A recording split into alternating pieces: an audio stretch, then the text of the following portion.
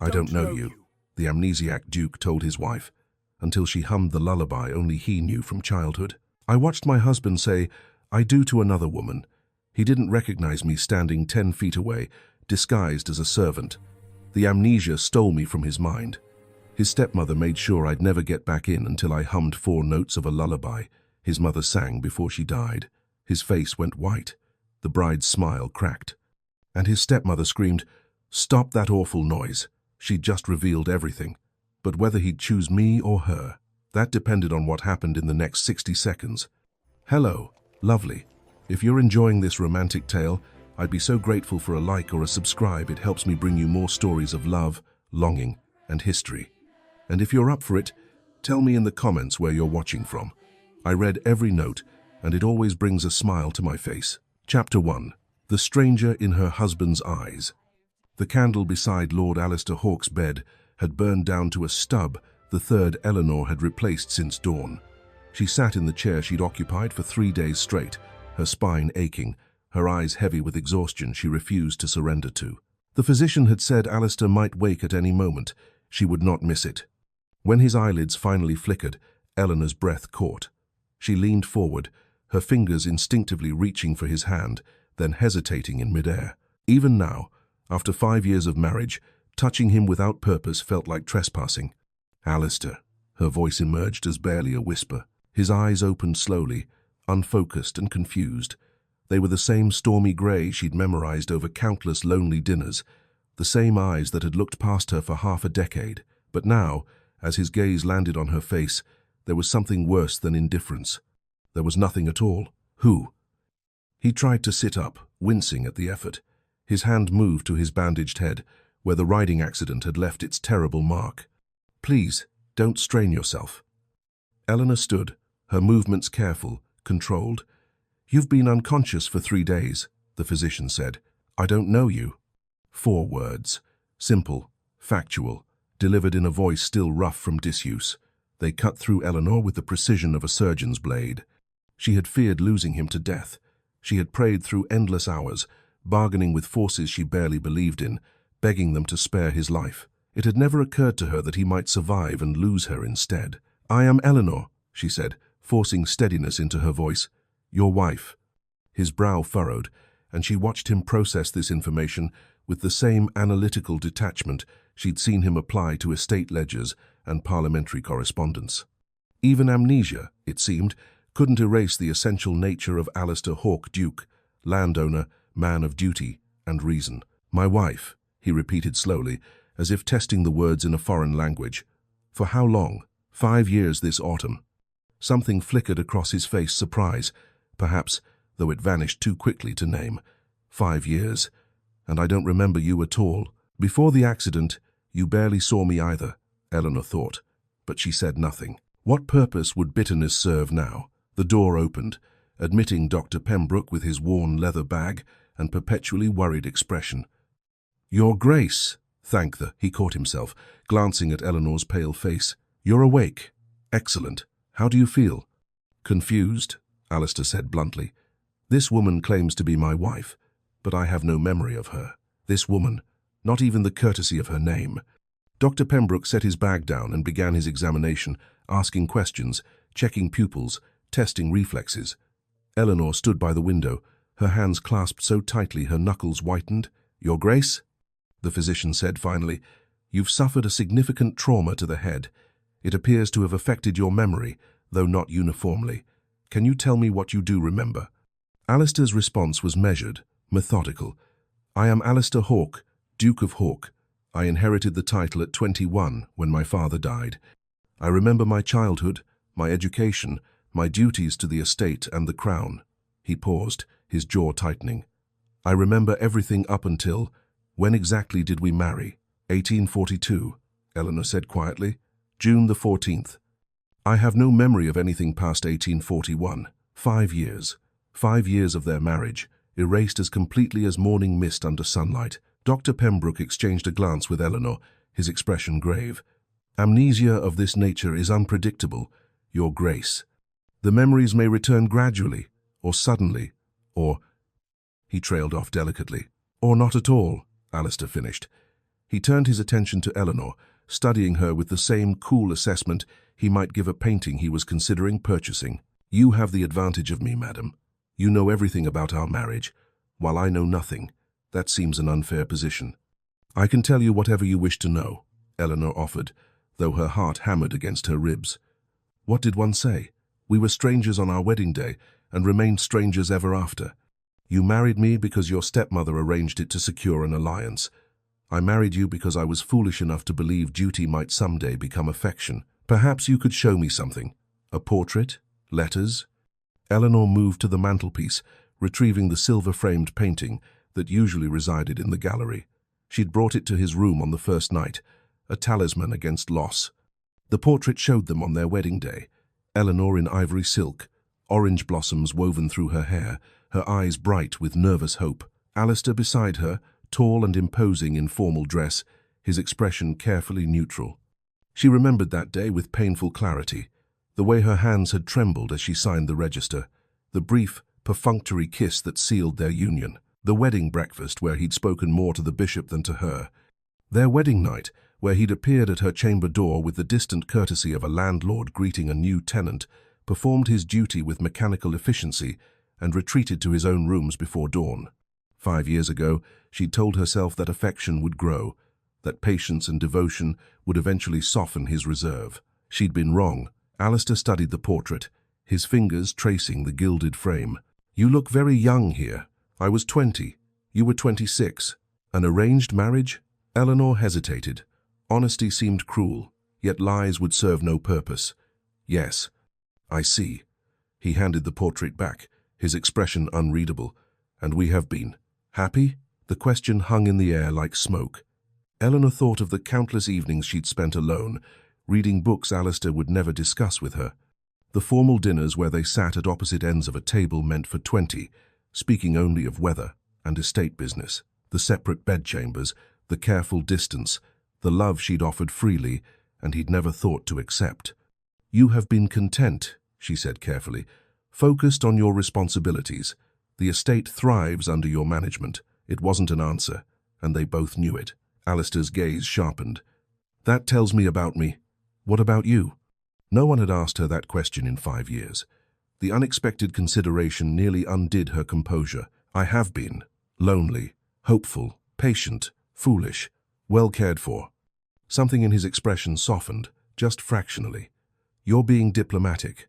I can deduce, madam, that a marriage arranged for political alliance rarely produces deep affection. You needn't pretend otherwise to spare my feelings." The irony was exquisite. Even without memory, he understood their marriage better than he had while living it. Dr. Pembroke cleared his throat. "Your Grace, you need rest. Lady Eleanor, perhaps you should—" "Of course." Eleanor set the portrait down and moved toward the door, grateful for the escape. "I'll leave you to recover, Your Grace." "Eleanor," she turned, surprised he'd used her name. "Thank you," Alistair said quietly, "for staying with me. However our marriage began, it appears you've been dutiful." Dutiful, the word she'd heard him use 1,000 times to describe obligations and responsibilities. Now, he applied it to her vigil at his bedside. She should have been wounded. Instead, she felt something harden inside her, not anger, but determination. "Rest well, Your Grace," she curtsied, a formal gesture that felt suddenly absurd between husband and wife, and left the room. The corridor stretched empty before her. Eleanor walked until she reached the portrait gallery, where she could no longer be overheard. Only then did she let her composure crack. She didn't weep. She'd learned years ago that tears changed nothing. But she pressed her hand against the cold stone wall and let herself feel the full weight of this new loss. Before the accident, Alistair had been distant but present. He'd known her name, acknowledged her existence, performed the basic courtesies expected between spouses. She'd survived on crumbs of attention, convincing herself that someday he might notice the woman who'd loved him from the moment she'd first seen him. Now, he looked at her and saw a stranger. Eleanor straightened, smoothing her wrinkled gown, pushing back the hair that had escaped its pins during her 3-day vigil. Somewhere in this vast estate was a woman who'd once been young and hopeful, who'd believed love could bridge any distance. She would find that woman again, not for duty this time, but for truth. "I will make you remember, Alistair," she whispered to the empty hallway, her voice steady with new resolve. Not our marriage, but what your heart has forgotten. She didn't yet know how, but she knew this. She'd spent 5 years loving a man who couldn't see her. She wouldn't spend 5 more as a stranger in her own home. The game had changed, and Eleanor Hawke, the invisible Duchess, was done being overlooked. Chapter 2. Ghosts of a Marriage. The portrait gallery stretched the length of Hawke Manor's east wing, its walls lined with generations of stern-faced nobility. Eleanor walked slowly beside Alistair, acutely aware of the careful distance he maintained, neither close enough to suggest intimacy nor far enough to appear rude. The distance, she realized with bitter irony, was exactly what he'd always kept. "This is your grandfather, the 7th Duke," Eleanor said, gesturing to a painting of a severe man in military dress. "He fought in the Peninsular War. You told me once that he taught you to ride when you were 5. Alistair studied the portrait with analytical interest. "I remember him, stern but fair. Died when I was 14. He moved to the next frame. "And this? Your father, the 8th Duke." "I remember him as well." Alistair's voice was carefully neutral, but Eleanor caught the slight tightening around his eyes. The late Duke had been a cold man, more concerned with legacy than family. Like father, like son, she'd often thought during her lonely marriage. They walked further, and Eleanor stopped before their wedding portrait, larger than the one in his bedchamber, prominently displayed among the family line. "We look very formal," Alistair observed. "It was a formal occasion. You look nervous." "I look," he tilted his head, "resigned." Eleanor's throat tightened. Even without memory, he could read the truth in their younger faces. "As you said yesterday, arranged marriages rarely produce passionate devotion. Was there someone else? For you, I mean, before our arrangement?" The question startled her. In 5 years of marriage, he'd never asked anything so personal. "No," she said quietly. "My father died when I was 17, leaving debts. Your stepmother knew my mother from school and proposed the match. It solved both our families' problems. My mother gained financial security. Your estate gained connections to the textile industry my family once controlled. A business transaction." "Yes." Alistair was silent for a long moment, studying her face in the portrait. "And you agreed to this? To marry a stranger for money? I had little choice, but I hoped." She stopped herself. "What did you hope?" "That you might love me, that duty might become affection, that I wouldn't spend my life invisible in my own home, that we might find contentment together," Eleanor said instead. "And did we?" Before she could answer, the gallery door opened. Lady Marigold swept in, her silk gown rustling, her expression perfectly arranged in maternal concern. "Alistair, dear boy, you shouldn't be taxing yourself so soon." Marigold moved to his side, pointedly positioning herself between him and Eleanor. "Doctor, Pembroke said you need rest, not exhausting tours through dusty galleries." "I feel quite well, stepmother." Eleanor was helping me understand. "Eleanor has been very attentive, I'm sure," Marigold interrupted smoothly. "But perhaps too attentive. Sometimes, dear, the mind needs space to heal naturally. Forcing memories can be dangerous." Eleanor recognized the subtle poison in those honeyed words. Marigold had never approved of their marriage, not because she cared for Eleanor's happiness, but because she'd wanted Alistair to marry someone who could elevate her own social position. "I'm not forcing anything," Eleanor said quietly. "Alistair asked to see the portraits." Of course. Marigold's smile didn't reach her eyes. "But you must understand, your marriage was arranged quite hastily. Political necessity, nothing more. Perhaps some memories are best left forgotten, rather than dredged up to cause unnecessary strain." Alistair's gaze moved between them, his expression unreadable. "If you'll excuse me," Eleanor said, "I should see to the household accounts. Your Grace, if you need anything." "Thank you, Eleanor." His tone was polite, distant, exactly as it had always been. She left them in the gallery, Marigold's voice following her down the corridor. "Now, let me tell you about the upcoming estate matters that require your attention." Eleanor found Alistair in the library that evening. He sat at the massive oak desk, his desk, where he'd spent countless hours during their marriage while she read alone by the fire. Now, the desk was covered with correspondence, ledgers, and documents. "Researching yourself?" Eleanor asked from the doorway. He looked up, and something in his expression seemed almost sheepish. "I found 5 years of letters and records. I thought perhaps facts might illuminate what memory cannot." Eleanor moved into the room, taking the chair across from him, her chair, where she'd sat so many evenings, hoping he might look up from his work and actually see her. "Have you learned anything?" "That I am apparently very concerned with crop rotation and parliamentary proceedings," he gestured to the papers. "But there's remarkably little of a personal nature. No love letters, no intimate correspondence. We weren't that sort of couple." Alistair set down the document he'd been reading. "Eleanor, I need to ask you something directly, and I need you to be honest with me." Her heart quickened. Of course. Were we happy? The question hung in the air between them, simple and devastating.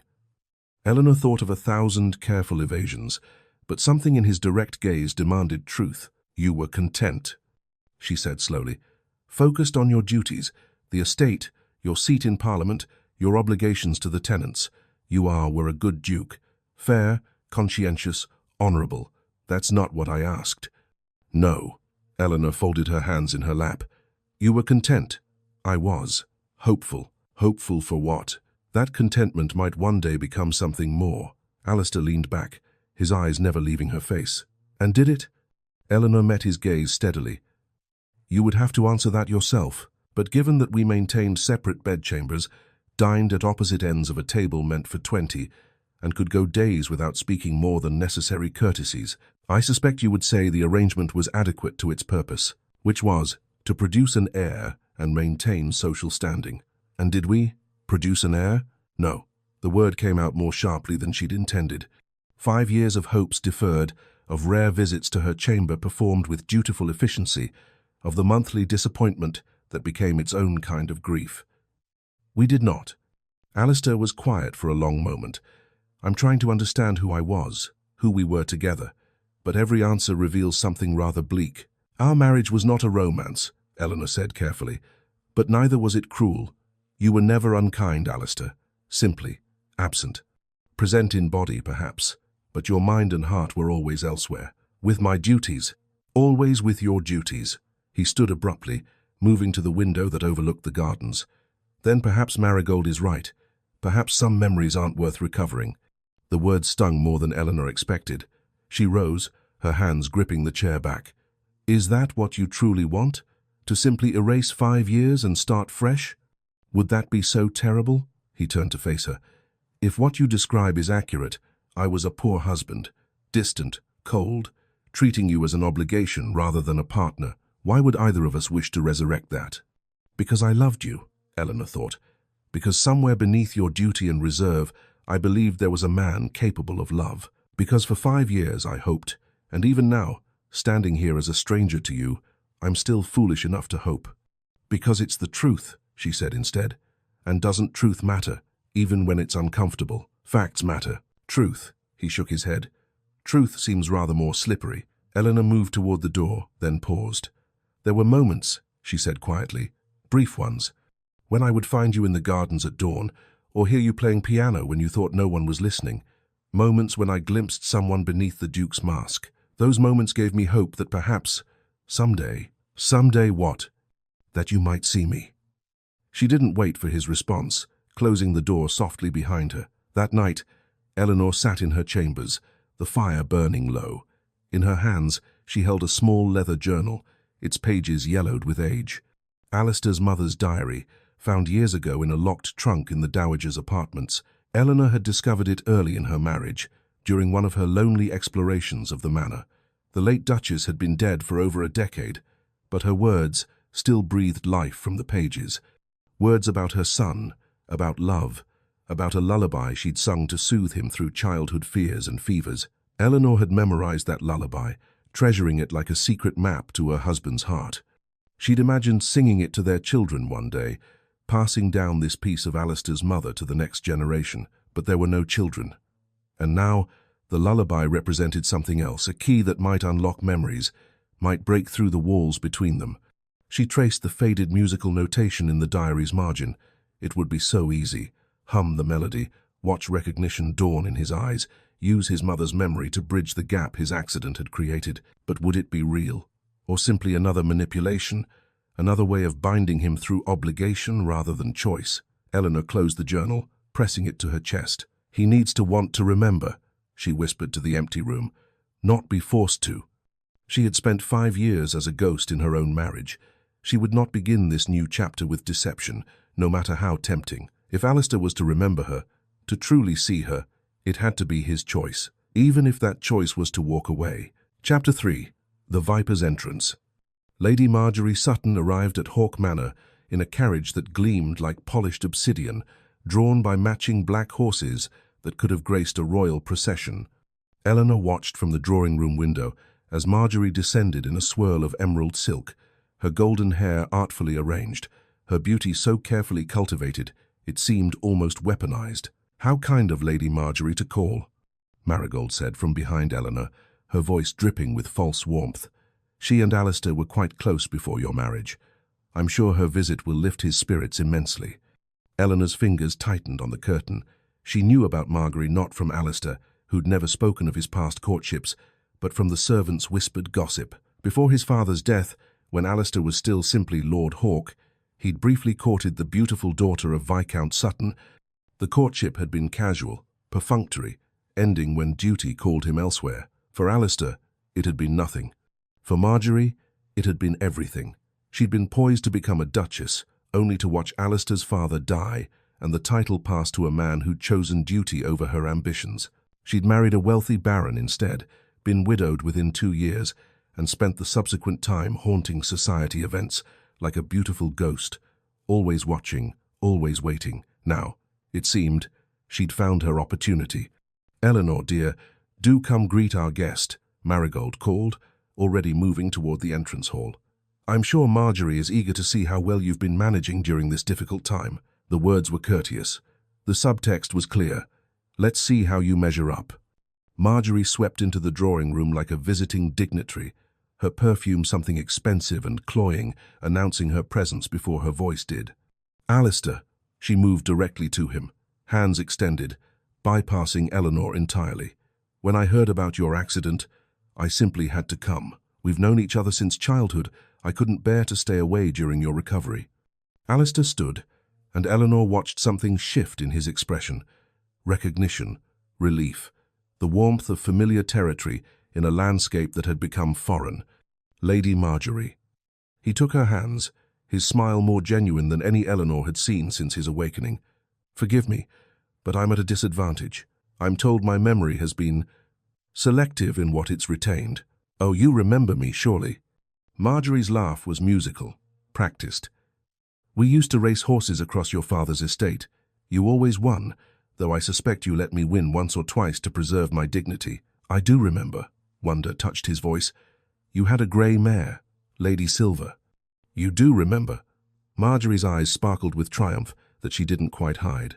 "Oh, Alistair, I'm so relieved. The doctors weren't certain what you'd retain." Eleanor stood near the fireplace, suddenly feeling like an intruder in her own home. She watched them reminisce, watched Alistair's face animate with an engagement she'd never inspired, watched Marjorie touch his arm with casual familiarity that 5 years of marriage had never granted Eleanor. "Lady Eleanor," Marjorie finally acknowledged her, with the same attention one might give a piece of furniture. "How trying this must be for you. I do hope you're managing the household adequately during Alistair's incapacity." "His Grace is recovering well," Eleanor said evenly. "And the household continues as always." "Of course it does. How efficient you are." Marjorie's smile held poison beneath its sweetness. That's what Alistair always valued in a wife, wasn't it? Efficiency. Marigold intervened with practiced smoothness. "Marjorie, you simply must stay with us for a few days. I insist. Your presence would be so beneficial for Alistair's recovery. Familiar faces, old memories. It might help restore what's been lost." Eleanor opened her mouth to object, but Alistair spoke first. "That's generous of you, stepmother. Lady Marjorie, if it's not an imposition." "No imposition at all," Marjorie assured him. "I'd be delighted to help in any way I can." The decision was made without Eleanor's input, as most decisions in this house had always been made. Over the following days, Eleanor watched Marjorie work with the precision of a master strategist. She walked with Alistair in the gardens, their conversation flowing easily as they discussed memories from before Eleanor's time. She played piano in the music room while he listened, reminding him of concerts they'd attended together in their youth. She laughed at his observations with genuine delight, making him feel clever and seen in ways Eleanor's quiet devotion never had. From the library window, Eleanor observed them now, strolling among the rose bushes. Marjorie's hand rested lightly on Alistair's arm. He was smiling, relaxed, more at ease than Eleanor had seen him in 5 years of marriage. They make a handsome couple, don't they? Eleanor turned to find Marigold beside her, also watching the garden scene. He's my husband, Eleanor said quietly. A husband who doesn't remember you. Marigold's voice was gentle, sympathetic, deadly, while Marjorie represents everything he does remember. His youth, his freedom, the life he had before obligation trapped him. Our marriage was your arrangement, an arrangement I've come to regret. Marigold sighed theatrically. I thought you'd make him happy, dear, but one cannot force affection where none exists. Eleanor didn't respond. Below, Marjorie had said something that made Alistair laugh, a real laugh, unguarded and genuine. Marjorie mentioned something troubling to me yesterday, Marigold continued, her tone carefully measured. She said she'd seen you in London last season, dining with a certain gentleman at the Clarendon. Lord Ashford, I believe? He's quite handsome, they say. Eleanor's head snapped around. I've never dined with Lord Ashford. I barely know the man. Of course, dear. I'm sure it was a misunderstanding, though Marjorie did seem quite certain. Marigold let the implication hang in the air like smoke. She also mentioned the marriage seemed rather strained before the accident, that you and Alistair were leading increasingly separate lives. We've always led separate lives. That's hardly news. No, but it does make one wonder, doesn't it, whether this accident might be an opportunity for all of you. Marigold swept from the room, leaving Eleanor alone with her implications. That evening, Eleanor found Marjorie in the music room, arranging flowers with calculated casualness. Lady Marjorie. Marjorie turned, her smile bright and false. Lady Eleanor, I was just thinking how dull these arrangements were. The housekeeper has no eye for beauty. I know what you're doing. Marjorie's smile didn't falter. I'm afraid I don't understand. You're trying to insert yourself into my marriage, telling lies about me, working with Lady Marigold to undermine me. My dear Eleanor, Marjorie's voice dripped with condescension, I'm simply spending time with an old friend during his recovery. If you feel threatened by that, perhaps you should examine why your position feels so precarious. My position as his wife. Your position as a woman he was forced to marry and never loved. Marjorie's mask slipped, revealing the venom beneath. I'm simply reminding the Duke of who he was before he was trapped in a loveless arrangement, before duty stole his choices, before you. Eleanor felt the words like physical blows, but she held her ground. He married me. Whatever the circumstances, he chose honor over abandoning his obligations. How romantic. Marjorie's laugh was cruel. You cling to duty and honor because you have nothing else. No passion, no connection, no love. Just the legal bond of a marriage that was cold even before he forgot you existed, and yet I'm still his wife. For now. Marjorie moved closer, her perfume overwhelming. But memory is a fragile thing, Eleanor, and Alistair is remembering who he was before you, who he could be again, if freed from obligations he never wanted. You cannot erase 5 years of marriage. I don't need to erase them. He's already forgotten them. Marjorie's smile was triumphant. All I need to do is make sure he doesn't want them back.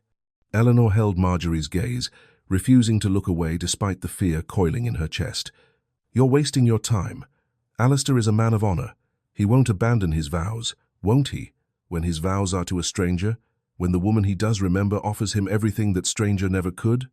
Marjorie tilted her head. Face the truth, Eleanor. You've already lost. You just haven't admitted it yet. She swept from the room, leaving Eleanor standing among the flowers, her heart hammering, her hands trembling. The chapel on the estate grounds was small, ancient, its stone walls holding centuries of prayers. Eleanor knelt before the altar as moonlight streamed through stained glass, painting the floor in fractured colors. She didn't pray for Alistair's memory to return. That felt like begging for miracles she didn't deserve. She didn't pray for Marjorie to leave or for Marigold's schemes to fail. That felt like asking for rescue rather than earning victory. Instead, Eleanor closed her eyes and whispered into the silence. Give me courage. Courage to stop being invisible. Courage to fight for what was hers. Courage to show Alistair not the ghost of a wife he'd never loved, but the woman who had loved him through 5 years of coldness and distance. Courage to become someone worth remembering. The chapel offered no answers, no divine intervention. But as Eleanor rose from her knees, she felt something shift inside her, not hope, exactly, but determination. Marjorie was beautiful, charming, familiar. She represented Alistair's past, but Eleanor was his wife, his present, and she would fight for their future, even if that future looked nothing like the lonely marriage they'd had before. She would not be erased, not by amnesia, not by scheming rivals, not by her own fear. The war for Alistair's heart had begun, and Eleanor Hawke, the invisible Duchess, was done surrendering without a fight. Chapter 4. Fragments of Truth. Eleanor entered the breakfast room the next morning with the nervous energy of a soldier approaching battle. For 5 years, she'd taken breakfast alone in her chambers, never daring to intrude on Alistair's solitary morning routine. Today, that changed. Alistair looked up from his newspaper, surprise flickering across his face. "Eleanor, good morning." "Good morning." She moved to the sideboard with forced casualness, selecting toast and tea. "I hope you don't mind the company," I thought. "Well, we should perhaps become better acquainted." A pause then. "I'd like that." Eleanor sat not at the distant end of the table as she once had, but 3 chairs away, close enough for conversation, far enough to avoid presumption. "What are you reading?" she asked. "Parliamentary news. Debate over the Factory Acts." He folded the paper, giving her his full attention. "I'm told I have strong opinions on labour reform, though I confess I'm relearning my own positions from correspondence." "You do? You believe manufacturers should be held accountable for worker safety? You once told me." She stopped, uncertain. "Please, continue." "You said that a man's title means nothing if he doesn't use his influence to protect those who cannot protect themselves." Something shifted in Alistair's expression, recognition, perhaps, of his own philosophy. "That sounds like something I'd believe. Did we discuss politics often?" Eleanor's laugh was bitter before she could stop it. "No, that conversation happened at a dinner party 2 years ago. You were speaking to Lord Melbourne. I overheard from across the room. We didn't speak at dinner parties. We barely spoke at all." The honesty hung between them, uncomfortable but necessary. "I'm beginning to understand," Alistair said slowly, "that I was rather terrible at being married. You were excellent at being a duke. That seemed to be enough for you. And for you." Eleanor met his eyes. "I learned to find contentment in smaller things. Books, music, the gardens in spring. That sounds unbearably lonely." It was. They sat in silence, but it wasn't the cold absence of their previous marriage. It was something different awareness, perhaps. The beginning of seeing each other as people rather than obligations. "Tell me about your childhood," Alistair said finally. "Not the facts I might find in marriage contracts, the real memories." Over the following days, Eleanor discovered something remarkable. Without the weight of their failed marriage between them, Alistair was curious about her. They walked the estate together while she told him about growing up in Somerset, about her father's textile mills before they failed, about learning piano from a temperamental Italian teacher who once threw sheet music at her for missing a note. "You laughed when you said that," Alistair observed one afternoon as they toured the conservatory, as if it were a fond memory rather than a traumatic one. "It was both. Signor Castellano was a tyrant, but he taught me that music could express what words couldn't, that sometimes the most beautiful melodies come from difficult practice." "Do you still play?" Eleanor hesitated. "Sometimes, when I think no one is listening." "Why hide it?" "Because," she touched a orchid bloom, not meeting his eyes, "because you never asked to hear me, so I stopped offering." She felt him studying her, that analytical gaze that had once looked through her, now looking at her with something like regret. "I truly was a poor husband," he said quietly. "You were a devoted duke. Perhaps that's all you had room to be." That evening, Eleanor slipped into the music room, seeking solace in melody. The pianoforte sat silent in the corner, but she wasn't ready for that yet. Instead, she went through the cabinet of sheet music, pulling out pieces she hadn't touched in years. She didn't notice Alistair in the doorway. Holding a stack of music, Eleanor began to hum a simple air her mother used to sing. Nothing profound, just a fragment of remembered comfort. Her eyes were closed, and for a moment she was 17 again, before debts and duty and disappointing marriages. When she opened her eyes, Alistair was there. "I'm sorry," she gasped. "I didn't mean to disturb." "Don't apologize." He moved into the room, drawn forward by something he couldn't name. "That melody, what is it?" "Just something my mother sang. It's nothing important." "It seemed important, the way you were humming it, like it meant something. Eleanor set down the sheet music, suddenly self-conscious. My mother died when I was 19, 2 years before our marriage. Music was something we shared. Sometimes I hum her favorites and feel less alone. Alistair moved to the window, his back to her. You've been alone for a long time, haven't you? Even before my accident. Yes. I wish I could remember you. He turned, and Eleanor saw something raw in his expression. Not as my wife, not as an obligation I failed at, but as you, the person who finds comfort in music, who loved her mother, who somehow survived 5 years of being invisible. I'm not sure that person is worth remembering. I think she is. He took a step closer. You seem kind, genuine, patient beyond reason. I look at our wedding portrait and wonder what you saw in me that made you say yes. I saw a man who loved his estate, his tenants, his duties. I thought perhaps he might have room for one more thing to care about. And I didn't. You didn't know how. Your father raised you to value duty above all else. You were simply being what you were taught to be. Alistair studied her face with an intensity that made her breath catch. You understand me better than I understand myself. I've had 5 years to observe you. You've had 2 weeks. Then help me. Not remember, I don't know if those memories are coming back, but help me understand who we were, who we might have been, if I'd been less of a fool. Eleanor's heart hammered. This was the conversation she'd dreamed of for 5 years, Alistair seeing her, asking about her, wanting to know her. And now that it was happening, she found herself terrified. I can try, she whispered. The moment stretched between them, fragile and new. Then Marjorie's voice shattered it. There you are, Alistair. She swept into the room with Marigold at her heels. I've been looking everywhere for you. I have the most wonderful news. Alistair stepped back from Eleanor, and she felt the loss like a physical thing. Lady Marjorie, he said politely. What news? I'm hosting a ball, a grand affair, in your honor, to celebrate your recovery and reintroduce you to society. Marjorie's smile was radiant. Everyone is so eager to see you, to welcome the Duke of Hawk back among us. Marigold nodded enthusiastically. What a marvelous idea. Exactly what Alistair needs. Familiar faces, old friends, a chance to reconnect with the world beyond these walls. Eleanor saw the trap immediately. A ball filled with Marjorie's allies, people who remembered Alistair before his marriage, who would reinforce Marjorie's narrative and Marigold's poison. I'm not certain Alistair is ready for such an event, Eleanor said carefully. Dr. Pembroke advised limited exertion. Oh, it's weeks away yet, Marjorie interrupted. Plenty of time for recovery.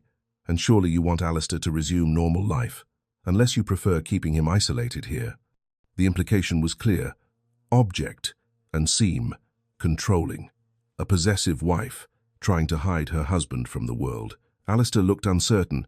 A ball does seem rather overwhelming. Nonsense, Marigold insisted. You were always the life of such gatherings. It will remind you who you truly are, a duke, a gentleman, a pillar of society. Not just, she glanced at Eleanor with barely concealed disdain, not just a confused invalid hiding in the country. I think it's a splendid idea, Marjorie pressed. Don't you want to see your old friends, Alistair? To feel normal again? Eleanor watched him waver and knew she'd lost this round. If she fought too hard, she'd seem desperate. If she didn't fight at all, she'd lose him to Marjorie's carefully orchestrated trap. Of course, Eleanor said, her voice steady despite the fear coiling in her chest.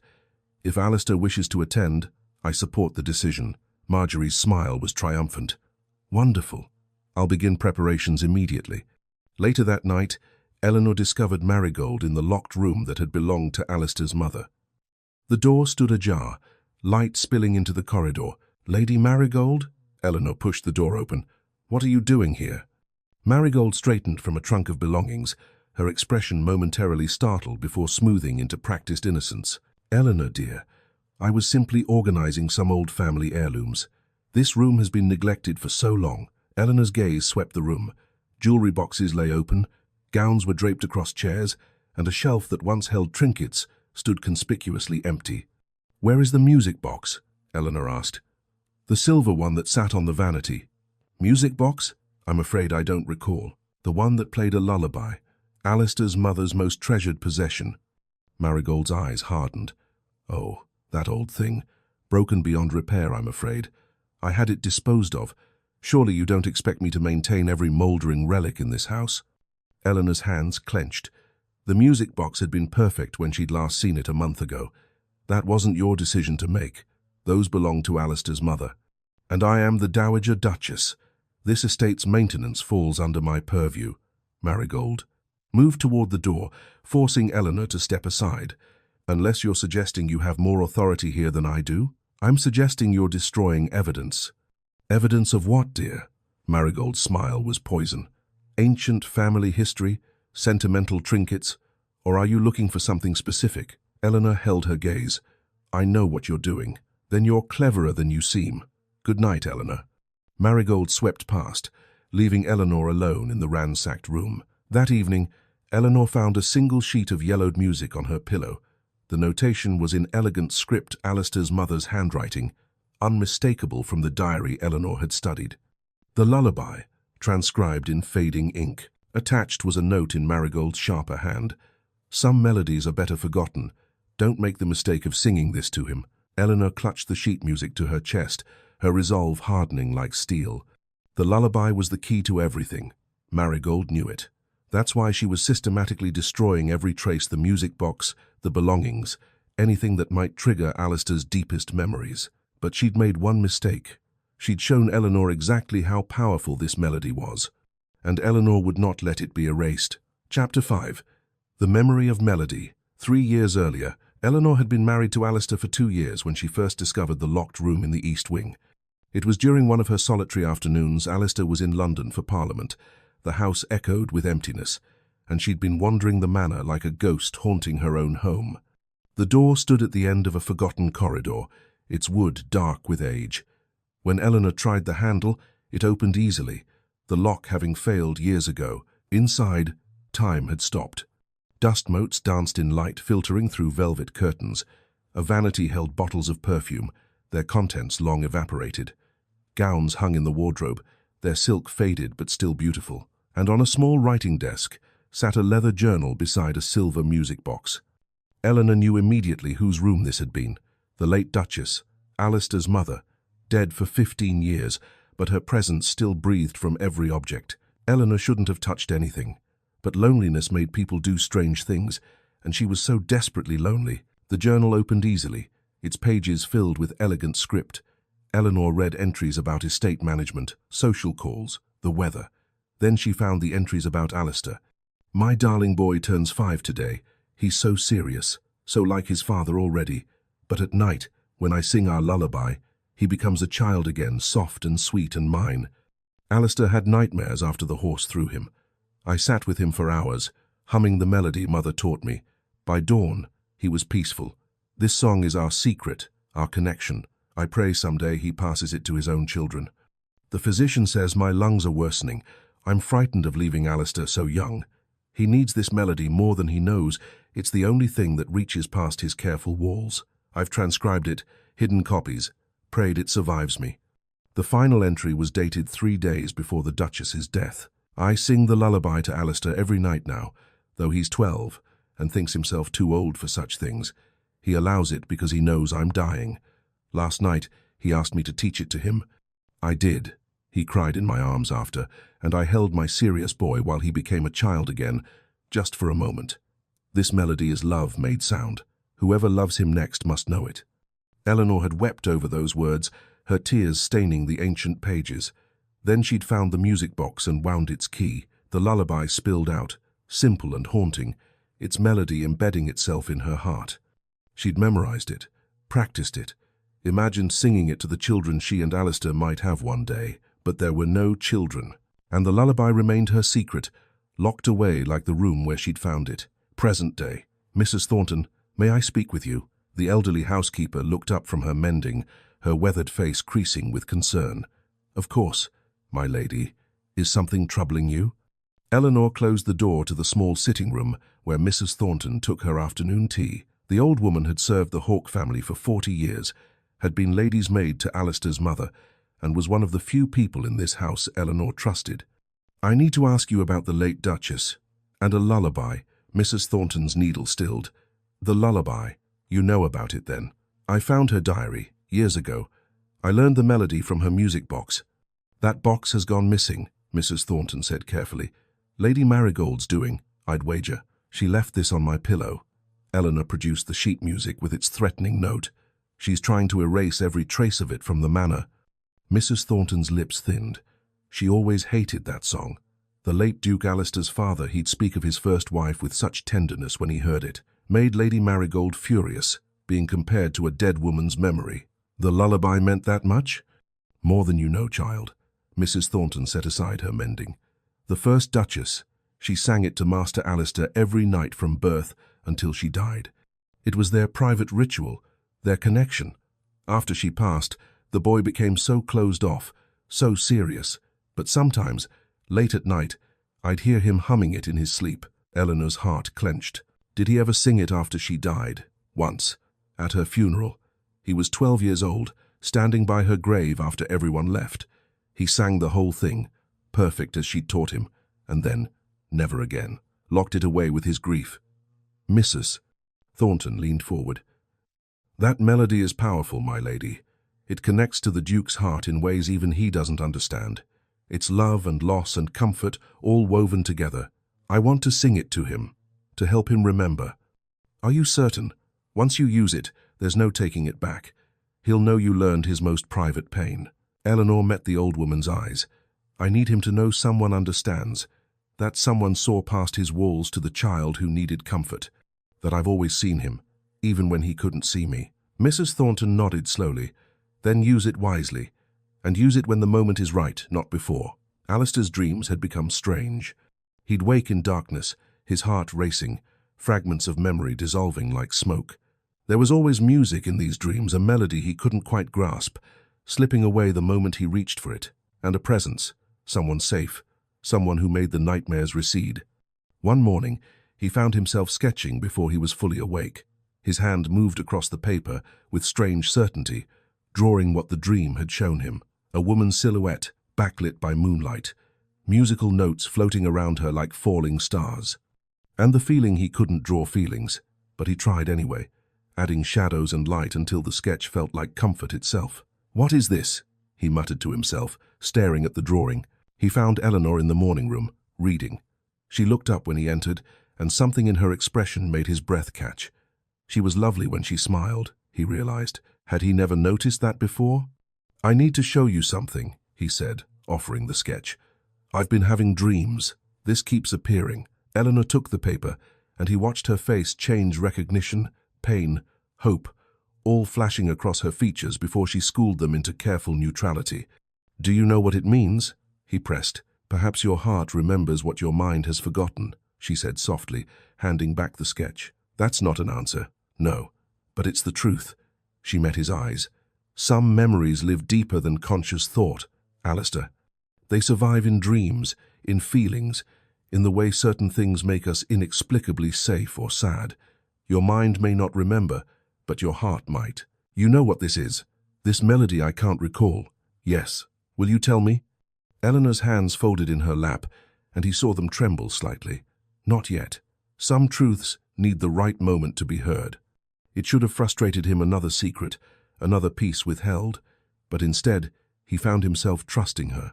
Eleanor had been nothing but honest about their cold marriage, their distant past. If she said this needed time, he believed her. Will you tell me eventually? When you're ready to hear it. The preparations for Marjorie's ball consumed the following week. The household buzzed with gossip, servants whispering as Eleanor passed. The Duke seems so much lighter with Lady Marjorie here, one maid said to another in the corridor, not noticing Eleanor nearby. Like he's remembered how to smile. Lady Marigold says, her grace is too melancholy for him, the other replied, that his recovery would progress faster without her gloominess weighing on him. Eleanor said nothing, continuing to her chambers, but each whispered word was a blade, each comparison to Marjorie a wound. She found Alistair in the library that evening, Marjorie at his side, both laughing over some shared memory from their youth. When Eleanor entered, the laughter stopped. Eleanor, Alistair said, almost guiltily, we were just discussing the ball. Marjorie was telling me about the last time I attended one of her family's events. How lovely, Eleanor said evenly. I hope you enjoy reminiscing. She turned to leave, but Marjorie's voice stopped her. Oh, Lady Eleanor, you're planning to attend the ball, aren't you? Though I understand if you'd prefer to remain here. Society events can be so overwhelming for those unused to them. The implication was clear. Eleanor was a country mouse, unsuited to the glittering world Marjorie and Alistair had once inhabited together. I'll be attending, Eleanor said quietly. With my husband. Of course. Marjorie's smile was sharp. Though, Alistair, darling, I did want to mention I have some rather important news to share with you at the ball. Something that concerns your future. Our future, really. Alistair looked confused. What news? All in good time. Marjorie touched his arm with practiced intimacy. Some announcements are better made in front of proper witnesses. Eleanor felt the trap closing. Whatever Marjorie planned, it would happen at that ball, in front of society, where Eleanor would be powerless to stop it. The night before the ball, Eleanor sat at her vanity, the sheet music laid before her. She hummed the lullaby, letting the melody fill her chambers. It was beautiful, haunting, and achingly sad, a mother's love transcribed into sound. She thought of Alistair's sketch, the silhouette in moonlight, the musical notes surrounding a figure that might have been his mother, or might have been anyone who'd ever offered him comfort, or might be me, Eleanor thought. If I'm brave enough? Tomorrow, she would enter Marjorie's carefully orchestrated trap. She would watch Alistair surrounded by people who remembered him before her, who would reinforce every lie Marjorie and Marigold had planted. But Eleanor had something they didn't. A melody that reached deeper than memory, that connected to Alistair's heart in ways even he didn't understand. She wouldn't use it prematurely. She wouldn't wield it as a weapon or manipulation. But when the moment came when Alistair needed her most, when all seemed lost, she would let the melody speak the truth her words couldn't convey. Eleanor practiced one more time, the lullaby soft in the darkness, and felt something like courage settle in her chest. Tomorrow, the war would reach its battlefield, and Eleanor Hawke would fight for her marriage with the only weapon powerful enough to pierce through lies and time, and forgetting, a melody of love her husband's heart had never truly forgotten. Chapter 6. The Ball of Deception. The Sutton estate blazed with light, every window glowing like a lantern against the night sky. Carriages lined the curved drive, disgorging London's finest in silks and jewels. Lady Marjorie's ball was the event of the season, and everyone who mattered had come to witness the Duke of Hawke's return to society. Eleanor descended from her carriage alone. Alistair had travelled earlier with Marjorie and Marigold, another small victory in their campaign to separate them. She'd chosen her gown with deliberate care, deep sapphire silk that made her skin luminous, her mother's pearls at her throat, her dark hair arranged in elegant curls rather than the severe style she'd worn for years of invisible wifehood. If this was to be her defeat, she would face it beautifully. The ballroom fell momentarily silent as she entered. Heads turned, whispers rippled through the crowd. Eleanor held her head high, moving through the sea of staring faces with the dignity of the Duchess she was. Across the room, Alistair stood beside Marjorie, and Eleanor watched his eyes find her. Something flickered across his face, surprise, recognition of a sort, an emotion he couldn't name. He took a half-step toward her before Marjorie's hand on his arm stopped him. "Your Grace," an elderly countess materialized beside Eleanor, her smile cold. "How brave of you to attend. Given the circumstances." "What circumstances would those be, Lady Pemberton?" "Well, the poor Duke's condition. So tragic, though I hear he's been making remarkable progress with the help of old friends." The emphasis on old friends was deliberate. Eleanor smiled, though it felt like broken glass. "My husband's recovery has been my primary concern." "Of course, dear, though one does wonder." The Countess leaned closer, her voice dropping to a stage whisper. "If, perhaps some marriages are better forgotten, don't you think?" Eleanor excused herself before she said something unforgivable. The evening progressed like a carefully choreographed assault. Marjorie kept Alistair at her side, parading him through introductions, reminding him of people he'd known before his marriage, before Eleanor. Each familiar face was a reinforcement of the narrative. This was who he'd been, who he should be again. Eleanor watched from the periphery, sipping champagne she couldn't taste. "I heard she's been dreadfully cold to him," a woman's voice drifted from behind a potted palm. "Refuses to help him remember their marriage, as if she wants him to stay confused." "Well, one can hardly blame her," another voice replied. "If the marriage was as unhappy as Lady Marigold suggests, perhaps the Duchess is relieved he's forgotten." How calculating. to use his amnesia as an escape from a loveless union. Eleanor's fingers tightened on her glass. She wanted to scream that it was lies, all lies. But what proof did she have? 5 years of loving a man who'd never loved her back wasn't evidence, it was just pathetic. Marigold swept past, trailing sympathetic society matrons. Such a difficult situation, she was saying. Eleanor has tried her best, I'm sure, but the strain has been too much. The Duke needs people who knew him before, who can help him find himself again. The implication was clear. Eleanor was the problem, the obstacle to Alistair's recovery. When Alistair finally approached Eleanor, she was standing near the terrace doors, trying to breathe through the suffocating weight of whispers and stares. "Eleanor," he offered his hand. "I believe propriety demands we dance." "Propriety," she echoed. "Of course." He led her to the floor as a waltz began. His hand settled at her waist, and Eleanor felt the familiar distance in his touch. Polite, proper, impersonal. "You look beautiful tonight," he said as they began to move.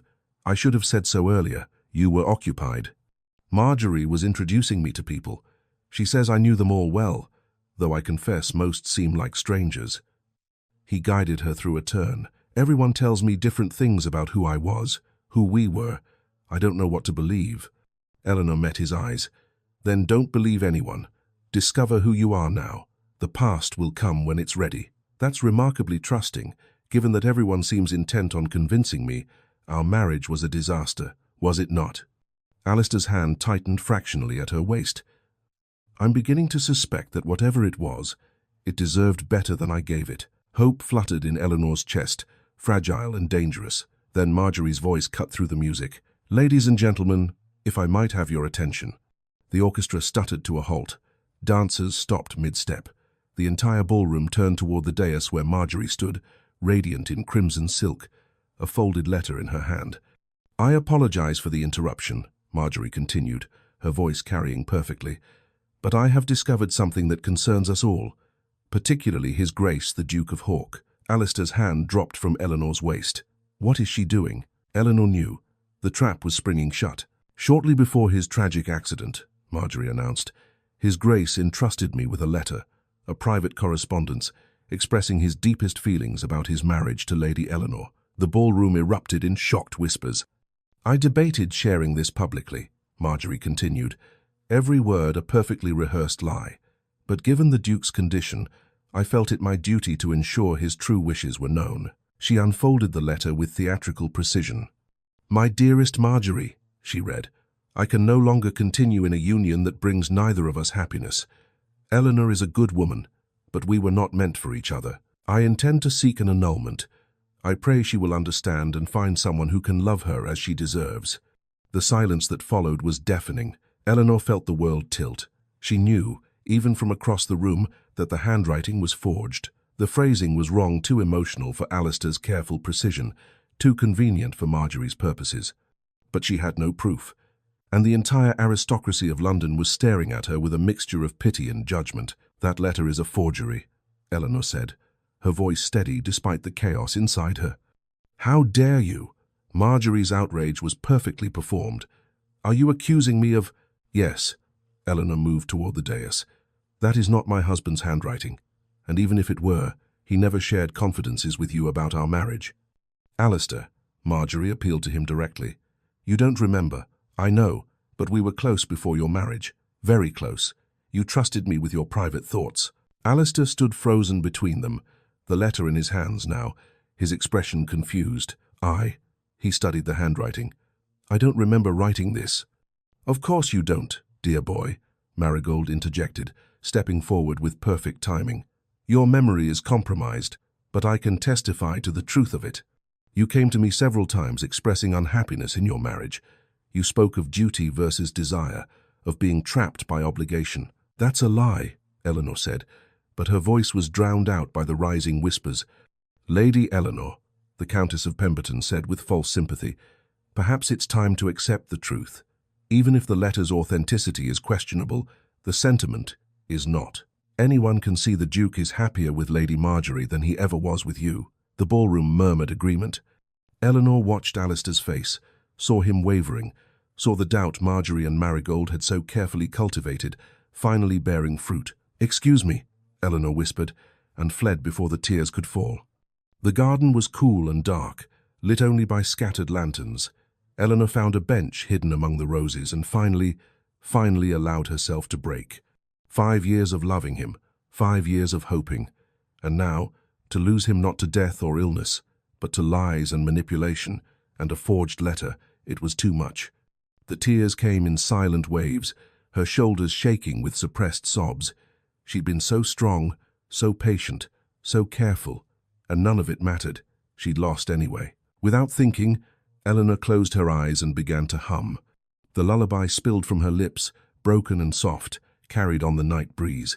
A melody of love and comfort and loss, everything she felt woven into its ancient notes. She didn't hear Alistair enter the garden, didn't see him freeze in the shadows, the melody hitting him with the force of a physical blow. Didn't see his face transform as memories cascaded through his mind, incomplete, fragmented, but undeniably real. A nursery bathed in moonlight, gentle hands smoothing his hair, a voice singing this exact melody, soft and loving, making him feel safe when the world was too big and frightening. "Sleep now, my darling, the stars watch above." His mother's voice, his mother's hands, his mother's love, transcribed into sound, and overlapping that memory, another image. Eleanor, years ago, before their marriage, during, somewhere in this manner, humming this same melody when she thought she was alone. Eleanor knew this song, his mother's most private gift to him, the lullaby she'd sung every night until she died. How did Eleanor know it? Alistair's knees nearly buckled. He gripped the garden wall, his breath coming in sharp gasps. The melody continued, Eleanor's voice broken with tears, the lullaby, a prayer or a farewell or both. And Alistair understood, with sudden devastating clarity, that he'd been given something precious, a woman who'd loved him enough to learn his deepest pain, to memorize the comfort his mother had given him, to hold that knowledge tenderly for 5 years while he looked right through her. The lullaby filled the garden, filled the cracks in his memory, filled the emptiness where love should have lived all along. And Alistair, Duke of Hawk, stood in the shadows and remembered not everything, not perfectly, but enough. Enough to know he'd been a fool, enough to know he was losing something irreplaceable, enough to know that the melody of his heart had been singing all along, waiting for him to finally listen. Chapter 7. The Melody of Doubt. Alistair stood frozen in the garden shadows, his entire body rigid as Eleanor's lullaby washed over him. The melody was simple, haunting, and achingly familiar in a way that made his chest tighten with emotions he couldn't name. Images flickered through his mind like candlelight through curtains, a darkened room, gentle hands stroking his hair, the feeling of absolute safety, a woman's voice singing these exact notes, soft and loving, making the monsters under the bed disappear. But the images were fragments, incomplete. The harder he grasped for them, the faster they dissolved. He took a step forward, leaves crunching beneath his boots. Eleanor's humming stopped abruptly. She looked up, tears streaming down her face, and in her expression he saw hope and fear warring for dominance. "That song," his voice came out rough. "I've heard it before." Eleanor stood, her hands trembling. "Alistair, I can explain." "Your Grace." Marjorie's voice shattered the moment like breaking glass. She swept into the garden with Marigold close behind, both women radiating false concern. "We've been searching everywhere for you. The guests are worried you disappeared so suddenly." Alistair's head pounded, the fragmentary images still dancing at the edges of his consciousness. "I followed Eleanor. She was upset." Marigold's sharp eyes took in the scene. Eleanor's tear-stained face, Alistair's disoriented expression, the charged atmosphere between them. "What has happened here?" Marigold asked, her voice dripping with maternal worry. "She was singing," Alistair said, his gaze still locked on Eleanor. "A melody I recognize, but I can't remember from where. It felt important." Eleanor took a step toward him. "It is important. It's— Of course you recognize it, dear stepson," Marigold interrupted smoothly, moving between them with practiced ease. "That melody has been played at dozens of society gatherings. Every young lady learns it on the pianoforte. It's a traditional English air, quite common, really." "That's not true." Eleanor's voice rose with desperation. "This lullaby is—" Marjorie's laugh cut through Eleanor's protest, condescending and cruel. "How desperate, Lady Eleanor. Using a common tune, and pretending it holds special meaning. This is precisely the manipulation we warned you about, Your Grace. Alistair looked between the three women, his head throbbing. The melody still echoed in his mind, pulling at something deep and fundamental. But Marigold's words made logical sense. How could he trust feelings when everyone around him was telling him different truths? I felt something, he said slowly. When I heard her sing, "Emotion is powerful," Marigold said gently, placing a hand on his arm. And the poor Duchess has been under tremendous strain. Perhaps the weight of maintaining a marriage that never had love has finally broken her. She's reaching for anything to create a connection that was never there. "You're lying," Eleanor said, her voice shaking. "You know exactly what that melody is. You've been destroying every trace of it, from the manor, the music box, your late wife's belongings." "My late wife's belongings?" Marigold's eyebrows rose in perfect surprise. "Eleanor dear, what are you suggesting? That I would destroy family heirlooms out of some imagined conspiracy?" Other guests had begun filtering into the garden, drawn by the raised voices. They formed a loose circle around the scene, avid for scandal. Lady Hartington, resplendent in plum silk, stepped forward. "Lady Eleanor, I couldn't help but overhear. That melody you were humming, I learned it as a girl. My music teacher said it was a traditional English air, taught to generations of young ladies. There's nothing unique about it." "I learned it too," another woman chimed in. "From my governess in 1833, and I," said a third. "It's quite a common tune, really." Eleanor's face drained of colour. She looked at each woman in turn, recognizing them all as members of Marjorie's intimate circle, understanding with sinking clarity that this had been orchestrated. "They're lying," Eleanor said, but her voice had lost its conviction. How could she fight testimony from a dozen society matrons? Alistair pressed his fingers to his temples, the headache intensifying. I can't." The fragments of memory were slipping away, replaced by the logic of what he was being told. A common melody, a desperate wife, manipulation disguised as intimacy, but something in his chest ached, as if his heart knew a truth his mind couldn't grasp. "Lord Ashford," Marigold called out, spotting the elderly gentleman weaving through the garden with uncertain steps. "You knew the late Duchess well. Perhaps you can clarify matters for us." Lord Ashford stumbled forward, his eyes glazed, his words slurred.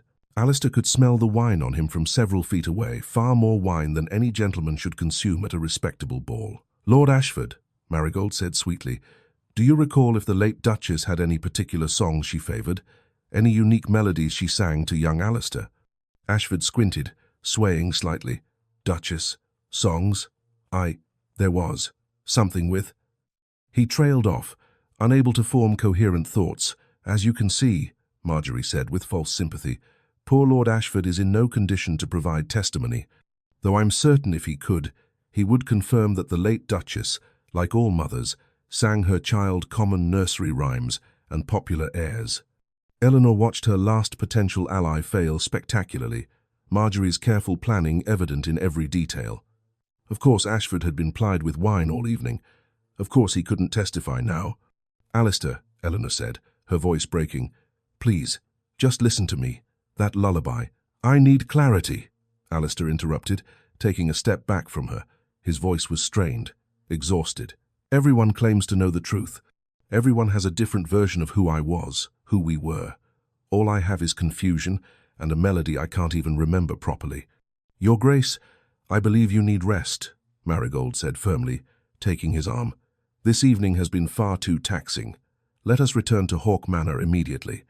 She turned to address the assembled crowd, her voice carrying with practiced authority. "I'm certain you all understand that the Duke requires peace and quiet to continue his recovery. This unfortunate scene has only demonstrated how fragile his condition remains." Then, with devastating precision, she looked at Eleanor. "Lady Eleanor, perhaps it's best if you remain in London for a few days while Alistair regains his strength. The strain of your presence seems to be hindering rather than helping his recovery." It was phrased as a suggestion, delivered as a command, and witnessed by half of London society. Eleanor reached for Alistair, her hand trembling. "Alistair, please, don't leave like this. Just give me a chance to explain." He gently but firmly removed her hand from his sleeve. The gesture was courteous, distant, final. "I'm sorry, Eleanor," he said quietly, and she heard genuine regret in his voice. I can't distinguish truth from deception right now. I need time to think, to understand what's real. The look on Eleanor's face nearly broke him. Pain, betrayal, and a desperate hope dying in her eyes. But Marigold was already guiding him away, Marjorie flanking his other side, the two women forming a barrier between him and Eleanor. "Come, dear boy," Marigold murmured. "Let's get you home." Eleanor stood motionless as she watched them walk away. Behind her, the society ladies whispered with barely concealed glee. How mortifying for her. "Did you see his face?" He didn't believe a word she said. Using a common melody to manipulate a confused man. How low can one sink? Lady Marigold is quite right. The Duchess's presence is clearly detrimental to his recovery. Mrs. Thornton materialized at Eleanor's side, her weathered face creased with concern. "Come, my lady. Let me take you away from here." Eleanor allowed herself to be led from the garden, away from the whispering crowd, through the ballroom where dancers had resumed as if nothing extraordinary had happened, out to where their carriage waited in the drive. Only when they were safely inside, the door closed against prying eyes, did Eleanor speak. "He felt something," she whispered, staring at her hands. "I know he did.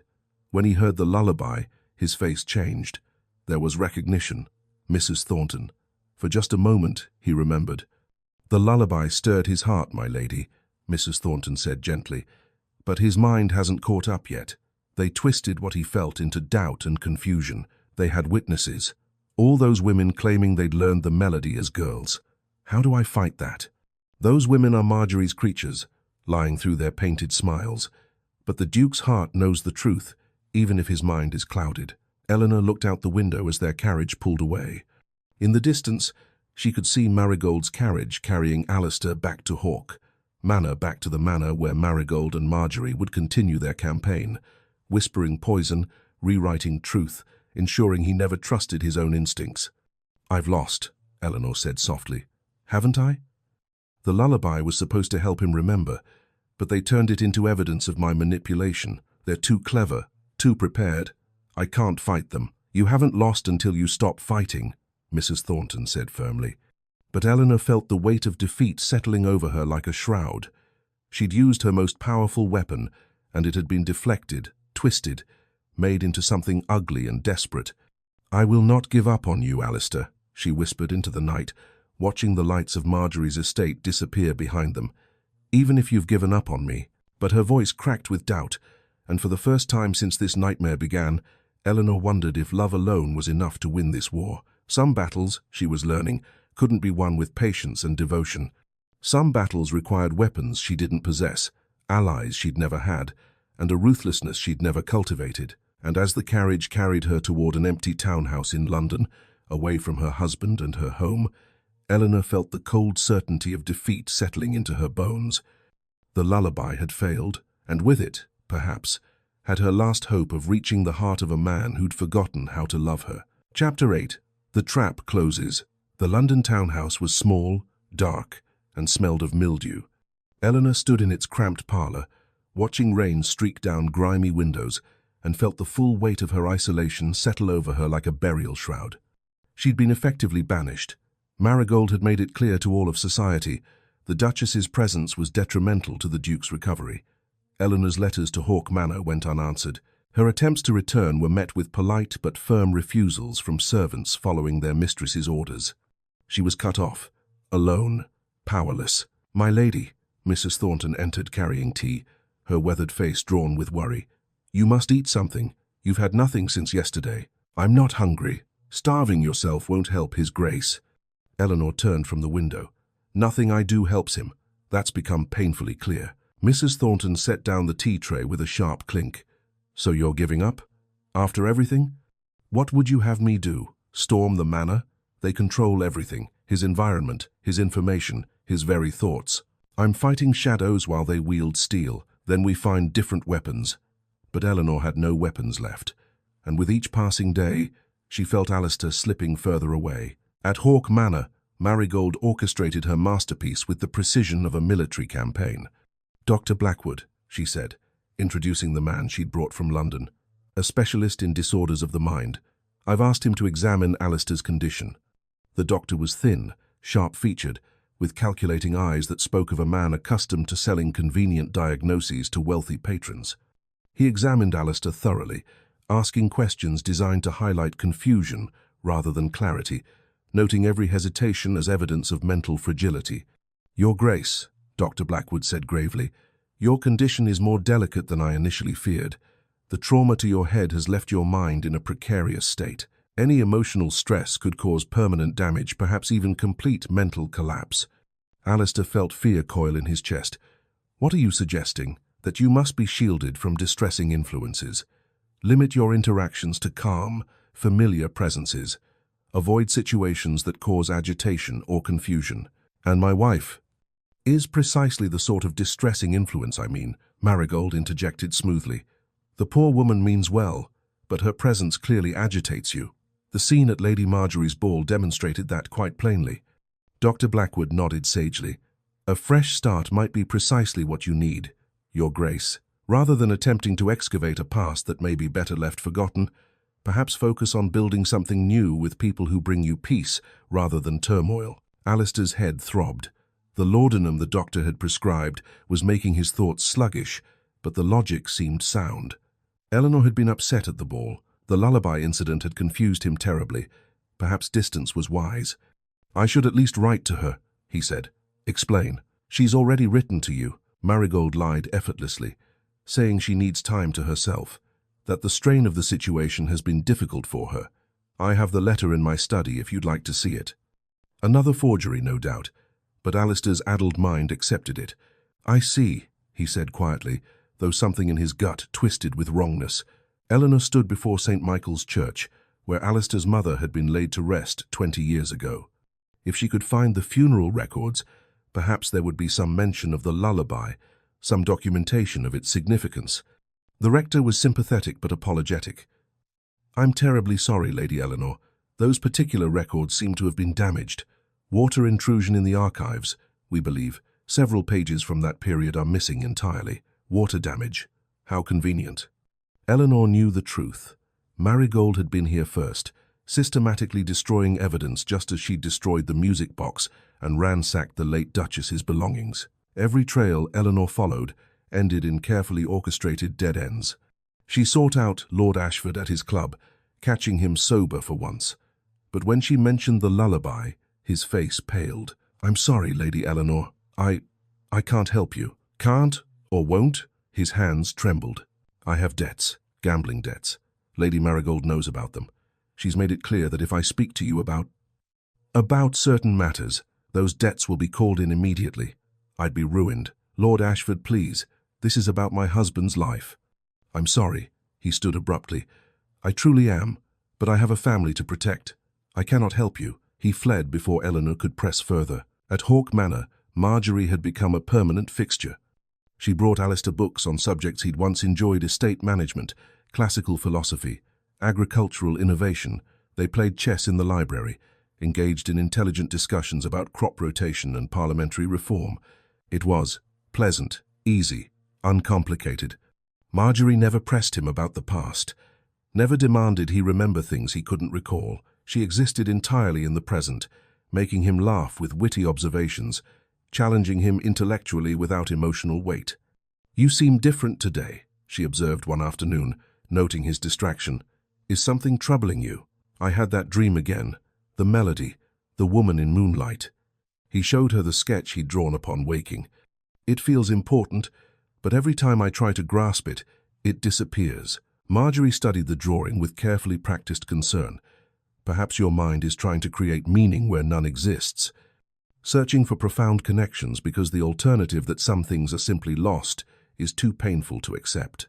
"Perhaps, wouldn't it be simpler," she said gently, "to start fresh, to build something new rather than excavate something broken?" Alistair looked at her beautiful, uncomplicated Marjorie, who represented ease and familiarity without the pain of forgotten obligations. "I suppose it would," he admitted. She smiled and moved her chess piece. Checkmate. That evening, Marigold presented Alistair with new evidence. "I was going through your father's old papers," she said, producing a leather journal. "And I found this. Your own diary, from before the accident." Alistair opened it, seeing what appeared to be his handwriting close enough to deceive a man who couldn't remember writing it. The entries spoke of dissatisfaction, of feeling trapped by duty, of a marriage that brought neither joy nor comfort, of regret and yearning for freedom. "Was I really that unhappy?" he asked, his voice hollow. "You were trapped by obligation," Marjorie said softly. She'd appeared at the door as if summoned, her timing perfect. "But you don't have to be anymore." Marigold produced another document. "I also found this a letter to your solicitor, discussing options for annulment. You never sent it, but the intention was clear. More forgeries, more carefully crafted lies." But Alistair had no memories to contradict them, and the laudanum kept his thoughts too fuzzy to question deeply. He accepted what he was told because he had nothing else to believe. Meanwhile, Eleanor's investigation reached a desperate conclusion. Mrs. Thornton arrived at the townhouse one evening, trembling with fury and carrying a small bag. "They've dismissed me," she announced. "Lady Marigold claims I'm too old to serve effectively. 30 years of service, and she casts me out like rubbish. Oh, Mrs. Thornton, I'm so sorry." "Don't be. It's a blessing. Now I can tell you what I overheard." The old woman's eyes blazed. "They're planning something at the chapel.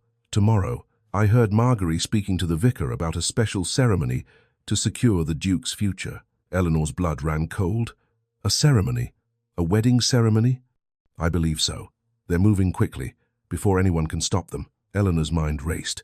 A wedding while Alistair was still married to her would be illegal unless Marigold had found a way to invalidate their first marriage. Alistair's supposed mental incompetence. Perhaps forged documents proving the marriage was never legitimate. "I have to go back," Eleanor said. "I have to stop this. They'll never let you through the gates. Then I won't use the gates." The next evening, as twilight painted Hawk Manor in shades of purple and gold, a figure in borrowed servant's clothes slipped through the estate's back entrance. Eleanor had learned the servant's routes during her years as an invisible duchess. Now that knowledge served her. She pressed close to the walls, keeping to shadows, her heart hammering. Hidden in her bodice was the last remaining copy of the Lullaby, the sheet music Marigold had left on her pillow as a threat. Tomorrow, there would be a ceremony. Eleanor didn't know exactly what Marigold had planned, but she knew it would be the final blow. Once Alistair was legally bound to Marjorie, once their marriage was nullified or annulled, Eleanor would lose him forever. She crouched near the chapel, watching lights flicker in the windows, hearing voices preparing for tomorrow's event. "If I lose you tomorrow," Eleanor whispered to the darkened manor, her hand pressed against the cold stone, "at least you'll know someone loved you enough to fight until the very end." The Lullaby's sheet music crinkled against her heart. She had one weapon left, one chance. And tomorrow, in that chapel, she would use it even if it meant revealing herself, even if it meant public humiliation, even if Alistair chose Marjorie anyway. At least he would know the truth. At least he would hear the melody one last time, and perhaps, just perhaps, his heart would remember what his mind had forgotten. Eleanor settled into her hiding place, pulling her cloak tight against the evening chill, and waited for dawn. The final battle was coming, and she would face it alone, armed with nothing but a melody and a love that refused to die. Chapter 9. The wedding that wasn't. The chapel bells tolled 9 times as carefully selected guests filed into Hawk Manor's ancient stone sanctuary. They were all Marigold's allies, society matrons who'd whispered poison about Eleanor, gentlemen who owed the Dowager Duchess favors, witnesses who would swear to whatever version of truth benefited their patroness. The morning light streamed through stained glass, painting the stone floor in fractured rainbows. Flowers adorned every surface, white roses and lilies, symbols of purity and new beginnings. The irony would have been laughable if it weren't so devastating. Alistair stood at the altar in formal mourning dress, his expression distant and glazed. The laudanum doctor, Blackwood had administered the night before, still clouded his thoughts, making everything feel dreamlike and unreal. Beside him, Marjorie was radiant in ivory silk, her golden hair crowned with orange blossoms, her smile perfect and practiced. She played the role of blushing bride with consummate skill, though her eyes held the sharp calculation of a general surveying a conquered battlefield. The vicar cleared his throat nervously. He'd been told this was a renewal of commitment, a fresh beginning for the Duke whose memory had failed him. Most guests believed the fiction. Those who knew Alistair was still legally married to Eleanor had been assured she'd agreed to dissolve the marriage quietly, to spare the Duke unnecessary stress. All lies, all carefully orchestrated deception, and Eleanor was about to shatter it all. She'd slipped into the manor with the mourning staff, her heart hammering so violently she feared it might give her away. The borrowed servant's dress hung loose on her frame. She'd lost weight these past weeks, grief and worry stealing her appetite. Her hair was hidden beneath a plain cap, her face pale from sleepless nights and desperate plans. No one recognized the Duchess in the shabby servant girl carrying a wine pitcher for the post-ceremony toast. Eleanor took her position along the chapel's side wall, among the other servants waiting to serve refreshments. From here, she had a clear view of the altar, of Alistair standing beside the woman who'd schemed to steal him. Every word of the ceremony cut like a blade. "Dearly beloved, we are gathered here today." Eleanor's hands trembled, making the pitcher shake. She gripped it tighter, her knuckles white. At the altar, Alistair swayed slightly. The laudanum made him compliant, drowsy, disconnected from reality. He looked at Marguerite and felt nothing. No love, no desire, not even the comfortable friendship she'd been cultivating, just emptiness. His head throbbed with the now familiar ache. Images flickered through his mind, a melody he couldn't quite recall, moonlight through curtains, someone crying. The fragments teased at the edges of his consciousness, always just out of reach. The vicar's voice droned on, the words washing over him like distant waves. To have and to hold, from this day forward. Alistair tried to focus, but the words felt meaningless. This ceremony, this woman beside him, this entire situation, something was profoundly wrong. Every instinct screamed at him to stop, to wait, to understand what he was doing before it was too late. But the laudanum smothered his instincts beneath chemical fog. "Alistair Hawke, Duke of Hawke," the vicar intoned, "do you take this woman to be your lawfully wedded wife?" The chapel fell silent. Alistair opened his mouth to speak the words that would seal his fate. And Eleanor's trembling hands finally lost their battle. The wine pitcher crashed to the stone floor, shattering in an explosion of ceramic and deep red liquid that looked disturbingly like blood. Every head turned. Eleanor stood frozen, exposed, her servant's cap slipping from her head. Her dark hair tumbled free, and in the chapel's light, despite her shabby clothes and pale face, she was unmistakable. "Eleanor?" someone whispered. She stumbled, her legs weak, her vision blurring with tears. In her panic and overwhelming grief, watching the man she loved about to marry another woman, knowing this was her last chance, her final moment, she did the only thing her shattered heart knew how to do. She began to hum. Soft at first, broken, desperate, the lullaby. The melody filled the chapel, achingly pure, despite the tears streaming down her face. It floated through the sacred space, wrapping around ancient stones and modern hearts alike, and Alistair's entire world exploded. The effect was immediate and catastrophic. His knees buckled. He gripped the altar to stay standing, his vision whiting out as memories crashed over him like a tidal wave, drowning him in everything he'd lost. A darkened nursery, his mother's face, young and beautiful, leaning over his small bed, her voice singing this exact melody, soft and loving. "Sleep now, my darling. The stars watch above." The feeling of complete safety, of being utterly, unconditionally loved. Years later, 12 years old, standing at her grave after everyone had left, singing the lullaby one final time before locking it and his grief away forever. More years. The chapel. He was alone, or thought he was, until a young woman appeared. Eleanor, barely 17, visiting with her family. She'd found him there, weeping, and instead of intruding with words, she'd simply sat beside him, sharing his grief without demanding he explain it. Their wedding day.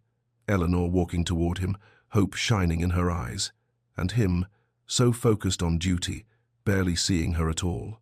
5 years of marriage in rapid succession, Eleanor dining alone while he worked, Eleanor reading by the fire while he ignored her presence. Eleanor reaching for his hand and him pulling away, always pulling away. The night before the accident, this was new, a memory the amnesia had stolen, completely standing in his study window, hearing singing from the garden, moving outside to find Eleanor alone among the roses, humming a melody that stopped his heart. The lullaby, his mother's lullaby, the secret he'd never shared with anyone. Eleanor, knowing it somehow, singing it into the darkness, and Alistair feeling his frozen heart crack open for the first time in 5 years of marriage. Standing there in the moonlight, deciding, Tomorrow. Tomorrow I'll tell her. Tomorrow I'll try to truly be the husband she deserves.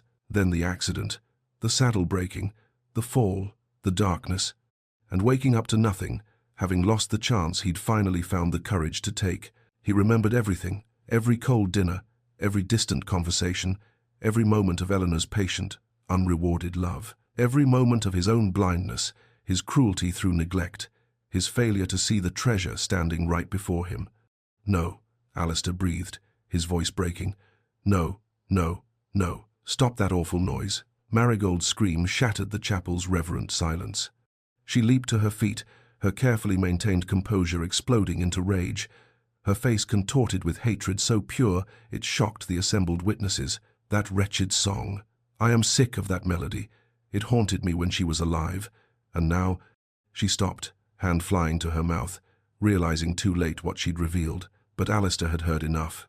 He turned from the altar, the laudanum fog burned away by the intensity of returned memory. His eyes blazed with clarity, for the first time in weeks, clarity and fury and devastating understanding. You, he said, his voice shaking as he stared at Marigold, you've been poisoning me, controlling me, the laudanum, the false doctor, the forged documents, all of it. He swung toward Marjorie. And you've been complicit in this charade, using my confusion to steal what was never yours. Marjorie tried to recover, her voice honeyed with false concern. Alistair, darling, you're confused. The accident has left you disoriented. We're only trying to help. I remember the accident. Alistair cut her off, his voice like steel. I remember the saddle being tampered with, the girth deliberately weakened. And I remember who had access to the stables, who had motive to want me incapacitated or dead. He turned to Marigold. You tried to kill me, and when that failed, you tried to steal my life instead. The chapel erupted in shocked whispers. Alistair didn't wait for Marigold's response. He strode down the aisle toward Eleanor, who stood trembling among the shattered pottery, tears streaming down her face, still humming the lullaby in broken fragments. The crowd parted before him like water. He reached her and gently, reverently, cupped her face in his hands. The only woman who knows the melody of my heart, he said, his voice carrying to every corner of the chapel, is my wife, and she is standing right here. Eleanor's humming broke into a sob. Alistair, I remember, he whispered, his own tears falling now. I remember everything, the garden, the night before the accident. Hearing you sing and realizing I'd been a fool for 5 years, I was going to tell you the next morning that I wanted to truly be your husband, that I wanted to try, and then the accident took it all away. He turned to address the assembled guests, his voice ringing with authority. This ceremony is a fraud. I am already married. I have been married, for 5 years, to the woman I was too blind to love until I lost everything. You're not in your right mind, Marigold shrieked, her composure completely shattered. The documents prove you're mentally incompetent. This marriage is invalid. The documents are forgeries, a strong voice called from the chapel entrance. Lord Ashford stood there, sober and determined, with the magistrate beside him and several constables at his back. I've been a coward, Ashford announced, his voice steady despite the tremor in his hands. Lady Marigold threatened me into silence with my gambling debts, but no more. I'm prepared to testify to everything. The sabotaged saddle, the forged letters, the fabricated medical reports, the bribed physician, all of it. The magistrate stepped forward, producing a leather portfolio. We have statements from the stable hand who was paid to weaken his Grace's saddle, analysis from handwriting experts proving the documents are forgeries, financial records showing payments to Dr. Blackwood from Lady Marigold's accounts. Marigold's face drained of color. Then, with a desperate animal sound, she lunged toward Eleanor. Alistair moved with the speed of instinct, putting himself between them.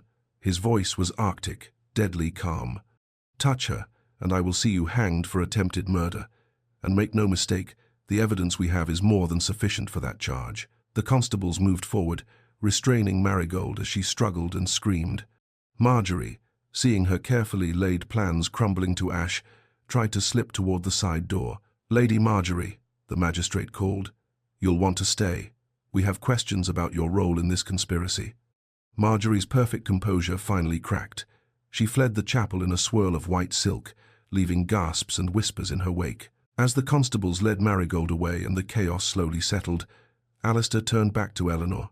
She stood among the broken pottery and spilled wine, still dressed in servant's grey, her face pale and tear-stained.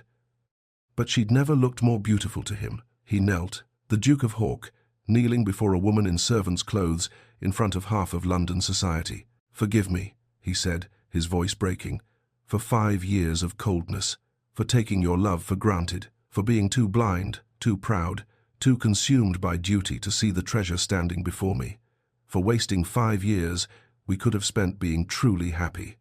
Eleanor pulled him to his feet, her hands trembling as they framed his face. "There's nothing to forgive," she whispered.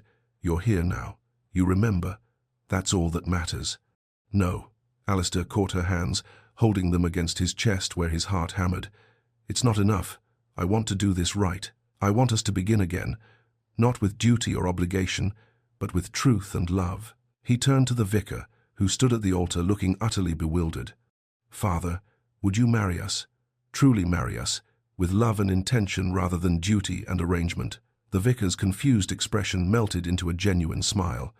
"It would be my honor, Your Grace."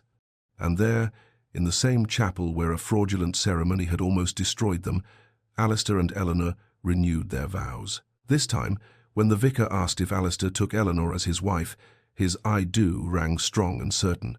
This time, when Eleanor spoke her vows, she wasn't hoping for a love that might someday come, she was accepting a love finally, freely given. This time, when Alistair kissed his bride, it was with 5 years of unspoken love finally set free, with regret and hope and desperate tenderness all woven together. The chapel erupted in applause, even the society witnesses, moved despite themselves by the raw emotion of the moment. 6 months later, the nursery glowed in the golden light of late afternoon. Eleanor sat in the rocking chair that had once belonged to Alistair's mother, her hand resting on the gentle swell of her belly. She hummed the lullaby, letting the melody float through the room like a blessing. Alistair entered quietly, not wanting to disturb the moment, but Eleanor felt his presence immediately. She always did now. No more distance, no more walls. He moved behind her, wrapping his arms around them, both his wife and their unborn child. "Our child will know this melody," Eleanor said softly, tilting her head back against his shoulder. "They'll know it means safety, love, and home," Alistair added, his voice thick with emotion. "Just as my mother intended, just as you preserved through 5 years of my blindness." "And they'll know," Eleanor said, turning to look at him, "that even when all seems lost, love finds a way." Alistair kissed her temple, breathing in the scent of her hair, marveling still at how close he'd come to losing this forever. Together, they hummed the lullaby that had saved them. The melody floated through the nursery, a promise passed from generation to generation, from Alistair's mother to him, from him to Eleanor, from both of them to the child who would soon fill this room with new life. Some songs, they both now knew, are too powerful to forget. They're written not in memory, but in the very fabric of the soul itself. They survive amnesia and manipulation and time. They wait, patient as love itself, for the moment when hearts are finally ready to hear them. And in that moment, as twilight painted the nursery in gold and the lullaby wrapped around them like a blessing, Alistair understood the truth his mother had known all along. The melody of the heart is the only song that truly matters.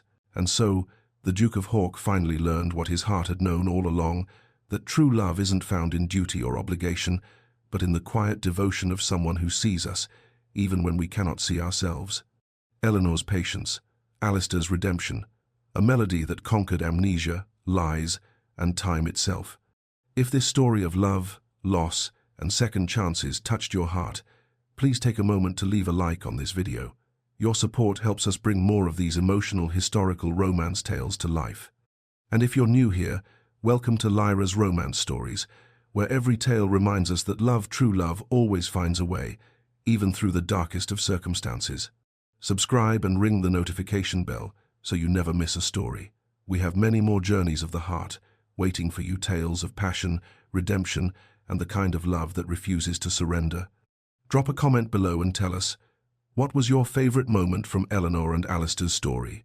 Was it when she first hummed the lullaby in the garden, when Alistair finally remembered everything, or that beautiful moment when he knelt before her in servant's clothes and asked for her forgiveness?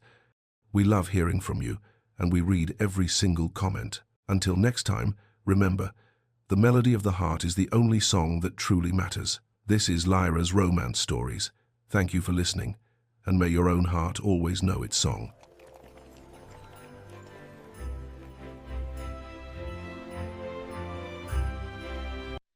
God rest ye merry gentlemen, let nothing you dismay. Ah, finally arrived.